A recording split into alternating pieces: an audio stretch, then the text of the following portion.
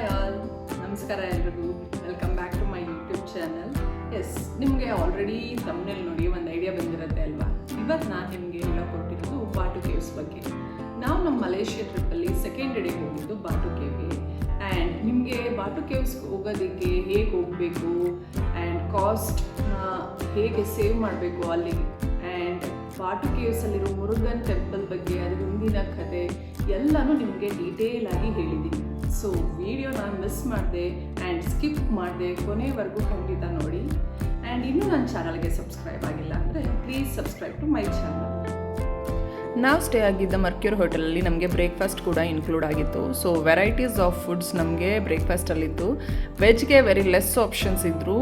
Roti and Kellogg's, yogurt, different flavours of yogurts ಇಟ್ಟಿದ್ರು, bread and jam and pancakes ಎಲ್ಲನೂ ಇತ್ತು. So breakfast ಮುಗಿಸಿ ನಾವು ಹೊರಟಿದ್ದು KL ಸೆಂಟ್ರಲ್ಗೆ. KL ಸೆಂಟ್ರಲಲ್ಲಿ ನಾವು ಟ್ರೈನಲ್ಲಿ ಬಾಟು ಕೇವ್ಸ್ಗೆ ಹೋಗಬೇಕಾಗಿತ್ತು. ಸೊ ನಿಮಗೆ ಟಿಕೆಟ್ಸ್ ತೊಗೊಬೇಕು ಅಂದರೆ ಅಲ್ಲಿ ಟಿಕೆಟ್ ವೆಂಡಿಂಗ್ ಮೆಷಿನ್ಸ್ ಇದೆ, ಆರಾಮಾಗಿ ನೀವೇ ಹೋಗಿ ಟಿಕೆಟ್ಸ್ನ ತೊಗೊಬೋದು.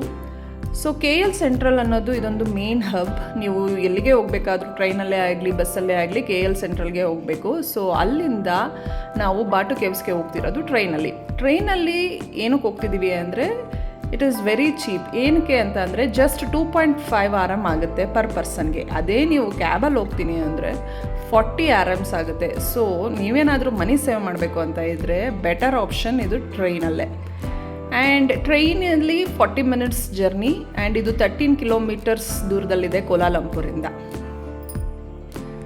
ಟೆಂಪಲ್ಗೆ ಹೋದ್ಮೇಲೆ ಅಲ್ಲಿ ನಿಮಗೆ ಡ್ರೆಸ್ ಕೋಡ್ ಏನೇನು ಅಲೋ ಮಾಡ್ತಾರೆ ಅನ್ನೋದನ್ನ ಒಂದು ಬ್ಯಾನರಲ್ಲಿ ಡಿಸ್ಪ್ಲೇ ಹಾಕಿದ್ದಾರೆ.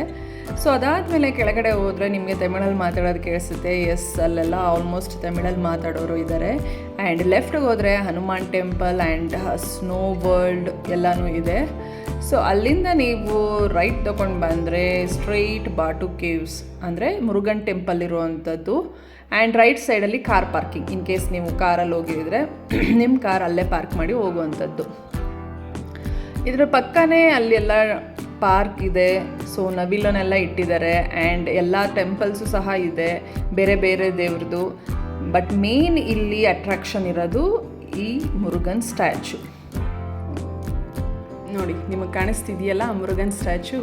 ಇದು 142 ಮೀಟರ್ ಉದ್ದದಲ್ಲಿದೆ ಆ್ಯಂಡ್ ಚಿನ್ನದ ಬಣ್ಣದಿಂದ ಲೇಪಿತವಾಗಿರುವಂತಹ ವಿಗ್ರಹ. ಮುರುಗನ್ ಸ್ಟ್ಯಾಚು ಪಕ್ಕನೇ ಕಾಣುವಂಥ ಮೆಟ್ಲನ್ನ ಹತ್ಕೊಂಡು ಹೋದರೆ ನಿಮಗೆ ಮೇಲ್ಗಡೆ ಟೆಂಪಲ್ ಸಿಗುತ್ತೆ. ಅಲ್ಲಿ ಮುರುಗನ್ ಸ್ವಾಮಿಯ ಟೆಂಪಲ್ ಇದೆ, 2 ಟೆಂಪಲ್ ಇದೆ ಆ್ಯಕ್ಚುಲಿ. ಈ ಟೆಂಪಲ್ಸ್ನ ಬೆಟ್ಟದ ಮೇಲೆ ಗುಹೆ ಒಳಗಡೆ 1891ರಲ್ಲೇ ನಿರ್ಮಿಸಲಾಯಿತು. ಬಟ್ ಹೊರಗಡೆ ಇರುವಂತಹ ಸ್ಟ್ಯಾಚುನ 2006ರಲ್ಲಿ ನಿರ್ಮಿಸಲಾಯಿತು. ಸೊ ಈ ಮೆಟ್ಲುಗಳು ಸುಮಾರು ಒಂದು 200ರಿಂದ 300 ಮೆಟ್ಲು ಇರ್ಬೋದು, 270ರಿಂದ 300 ಮೆಟ್ಲಿದೆ.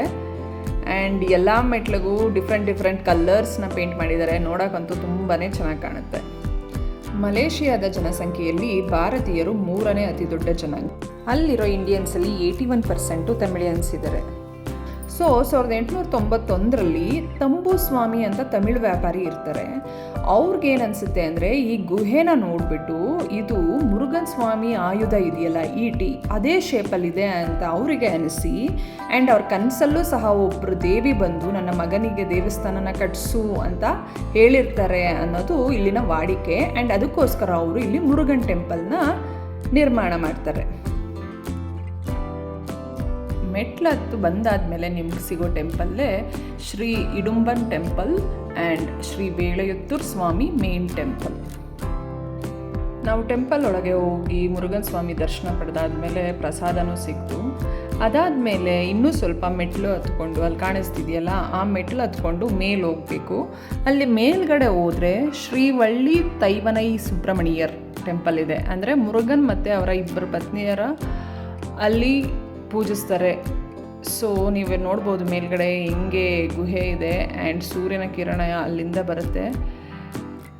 ಸೊ ಇದಾಗಿತ್ತು ಬಾಟು ಕೇವ್ಸ್ ಟೆಂಪಲ್ ವಿಡಿಯೋ. ಸಿಗ್ತೀನಿ ಮುಂದಿನ ವಿಡಿಯೋದಲ್ಲಿ. ಅಲ್ಲಿವರೆಗೂ ಟಾಟಾ, ಬೈ ಬೈ. ವಿಡಿಯೋ ನಿಮ್ಗೆ ಇಷ್ಟ ಆಗಿದ್ದರೆ please subscribe to my channel.